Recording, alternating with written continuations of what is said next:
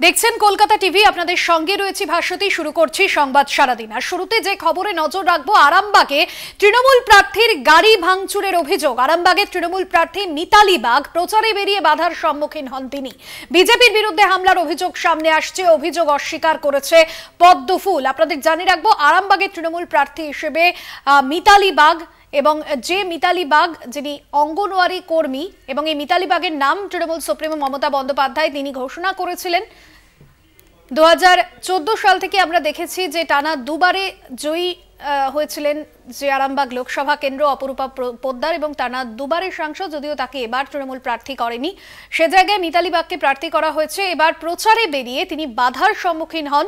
তৃণমূল প্রার্থীর গাড়ি ভাঙচুর করা হয়, প্রচারে বেরিয়ে বাধার সম্মুখীন হন। তবে যার বিরুদ্ধে অর্থাৎ বিজেপির বিরুদ্ধে হামলার অভিযোগ সামনে আসছে, যদিও এই অভিযোগ অস্বীকার করেছে পদ্ম শিবির।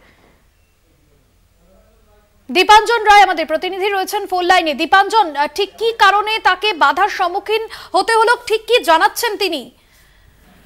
যেটা বলতে চাইছেন যে মিতালি বাগ যে এইখানে আমাদের সমর্থন বেশি, তাই আমাদেরকে দুর্বল করে দেওয়ার জন্য বিজেপি এই ঘটনাটা ঘটিয়েছে। যদিও বিজেপি এই সম্পূর্ণ অভিযোগটা অস্বীকার করতে বলছে। সিপিএম ঘটিয়ে থাকলেও ঘটিয়ে থাকতে পারে, কারণ এখানটা প্রথম থেকে সিপিএম এর গড় বলে পরিচিত।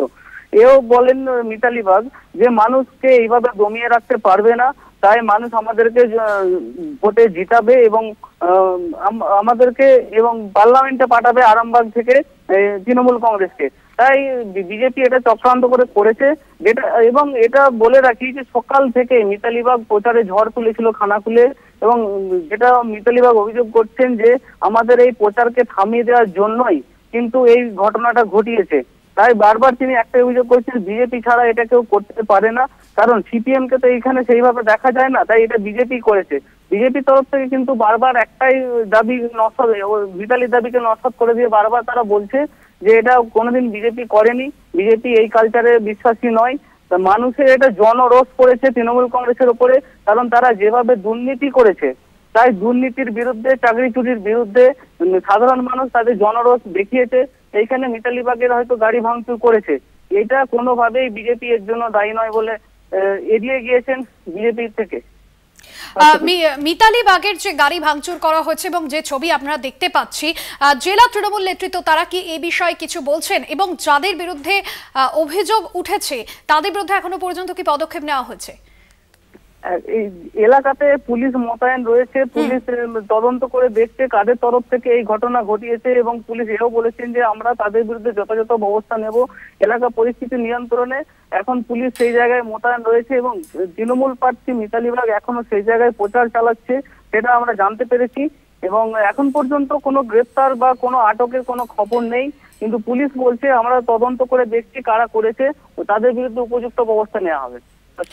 একেবারে ধন্যবাদ জানাবো তোমায়। আমাদের প্রতিনিধি দীপাঞ্জন রায় ছিলেন ফোন লাইনে। আপনাদের সামনে যে ছবি তুলে ধরছি, তৃণমূল প্রার্থীর গাড়ি ভাঙচুর এবং যে অভিযোগ বিজেপির বিরুদ্ধে উঠছে, মিতালি বাগ তিনি প্রচারে গিয়েছিলেন।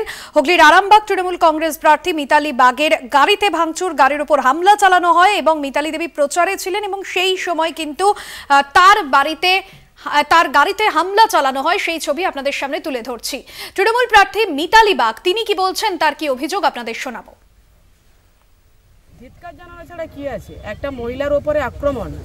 আপনারা তো এর আগেও দেখেছেন, যখন প্রচার করতে এসেছিলাম এই পঞ্চায়েতের প্রধান, যিনি মাতা পিতা সেজেছেন, এখানের অভিভাবক হয়েছেন, মানুষকে পরিষেবা দেবো বলে শপথ গ্রহণ করেছেন, তিনি তো প্রথমে আটকেছেন।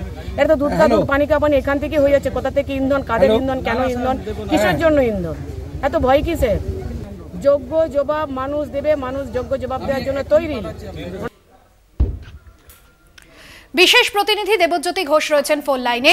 দেবজ্যোতি, তৃণমূল প্রার্থী মিতালি বাগ প্রচারে বেরিয়ে বাধার সম্মুখীন হলেন, তার গাড়ি ভাঙচুর করা হয়, তৃণমূলের তরফে পোস্ট করা হয়েছে। কি পদক্ষেপ নিতে চলেছে তৃণমূল কংগ্রেস, কি জানতে পারছো? একটি ছবি সামনে এনেছেন, কারণ দেখা যাচ্ছে খানাকুলে প্রচার করছিলেন তৃণমূল কংগ্রেসের আরামবাগ লোকসভা কেন্দ্রের প্রার্থী মিতালি বাগ। তিনি যখন গ্রামের ভেতর প্রচার করছিলেন, তখন রাস্তার উপর তার যে গাড়ি ছিল, সেই গাড়ির উইন্ডস্ক্রিন থেকে শুরু করে পুরো গাড়িটি ভাঙচুর করা হয়েছে। তৃণমূল কংগ্রেসের পক্ষ থেকে ইতিমধ্যেই কিন্তু পুলিশের কাছে তারা যেমন দ্বারস্থ হয়েছেন, তেমনি নির্বাচন কমিশনের কাছে অভিযোগ করছেন, এবং সেখানে তৃণমূল কংগ্রেসের পক্ষ থেকে অভিযোগ, যখন তারা গ্রামে প্রচার করছিলেন তখনও তাদের উপর আক্রমণ করা হয়েছে। শুধুমাত্র মিতালিবাগের গাড়ি ভাঙচুর করা নয়, সেখানে যে তৃণমূল কর্মীরা ছিলেন তাদের উপর আক্রমণ করা হয়েছে। ইতিমধ্যে তৃণমূল কংগ্রেসের যারা নেতৃত্ব রয়েছেন তারা ইতিমধ্যেই আরামবাগ থানাতেও তারা যেমন অভিযোগ করেছেন, তেমনি খানাকুল থানাতেও অভিযোগ করেছেন। এছাড়াও তারা নির্বাচন কমিশনের কাছেও দ্বারস্থ হচ্ছেন। অর্থাৎ এখানে তাদের যেটা দাবি, যে এখানে যে স্থানীয় বিধায়ক রয়েছেন সুশান্ত ঘোষ, ভারতীয় জনতা পার্টির খানাকুল বিধানসভার, তার নেতৃত্বেই ভাঙচুর চালানো হয়েছে। নির্বাচনে পরাজিত হবে জেনেই তারা কিন্তু এইভাবে গত কয়েকদিন ধরে একাধিকবার আক্রমণ করার চেষ্টা করেছেন এবং আজকে যেভাবে গাড়ি ভাঙচুর করেছেন তৃণমূল কংগ্রেসের পক্ষ থেকে তার তীব্র নিন্দা করা হয়েছে। একদমই ধন্যবাদ জানাবো। দেবজ্যোতি ঘোষ আমাদের বিশেষ প্রতিনিধি ছিলেন ফোন লাইনে।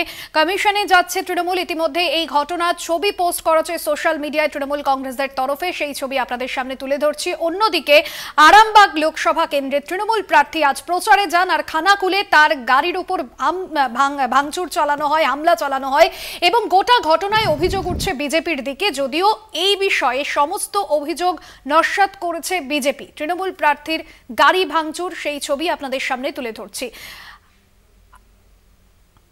এ বিষয়ে পরশুরার বিজেপি বিধায়ক বিমান ঘোষ কি জানিয়েছেন শোনাবো। এখন তো যাই কিছু হবে সব বিজেপির দিকে অভিযোগ থাকবে, কারণ তৃণমূল সবেতেই বিজেপির ছায়া দেখতে পায়। উনি ওখানে প্রচারে গিয়েছেন।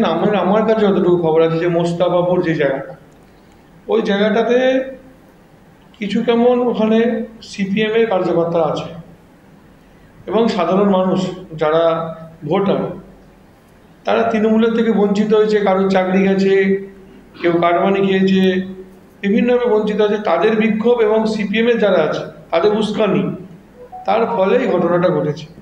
পুরোপুরি জনরোষ এবং এতে কিছু সিপিএমের উস্কানি ছিল। আপনাদের সামনে তুলে ধরলাম পরশুরার বিজেপি বিধায়ক, তিনি কি বলছেন, কারণ এই ঘটনায় সমস্ত অভিযোগ অস্বীকার করেছেন বিজেপি। আরামবাগের তৃণমূল প্রার্থী হিসেবে এবার মিতালি বাগকে সামনে আনা হয়েছে এবং যে নাম ঘোষণা হয়েছিল এবং সেই জায়গা থেকে আমরা দেখেছিলাম এর আগে অপরূপা পোদ্দার, যিনি 2019-এর জয়ী সাংসদ এবং পরপর তিনি দুবার আরামবাগ লোকসভা কেন্দ্রের সাংসদ হিসেবে নির্বাচিত হয়েছেন। যদিও তাকে এবছর লোকসভা নির্বাচন, এবারের যে লোকসভা নির্বাচন, সেই লোকসভা নির্বাচনে দলের তরফে টিকিট দেওয়া হয়নি এবং সে জায়গায় মিতালি বাগকে, একেবারে আরামবাগের ভূমিকন্যা মিতালি বাগকে সামনে আনা হয়েছে তৃণমূল কংগ্রেসের তরফে এবং প্রচারে গিয়ে আজ বাধার সম্মুখীন হলেন তিনি। যদিও এই মুহূর্তে তিনি প্রচার সারছেন, তবে পুলিশ পরিস্থিতি এসে নিয়ন্ত্রণে আনে এবং পুলিশ রয়েছে এলাকায় নিরাপত্তা খাতিরে। এবং এই মুহূর্তে যে ছবি আপনাদের সামনে তুলে ধরছি, একদিকে হামলার অভিযোগ এবং সেই ছবি, অর্থাৎ যে গাড়িতে হামলার অভিযোগ, অন্যদিকে কমিশনে যাচ্ছে তৃণমূল।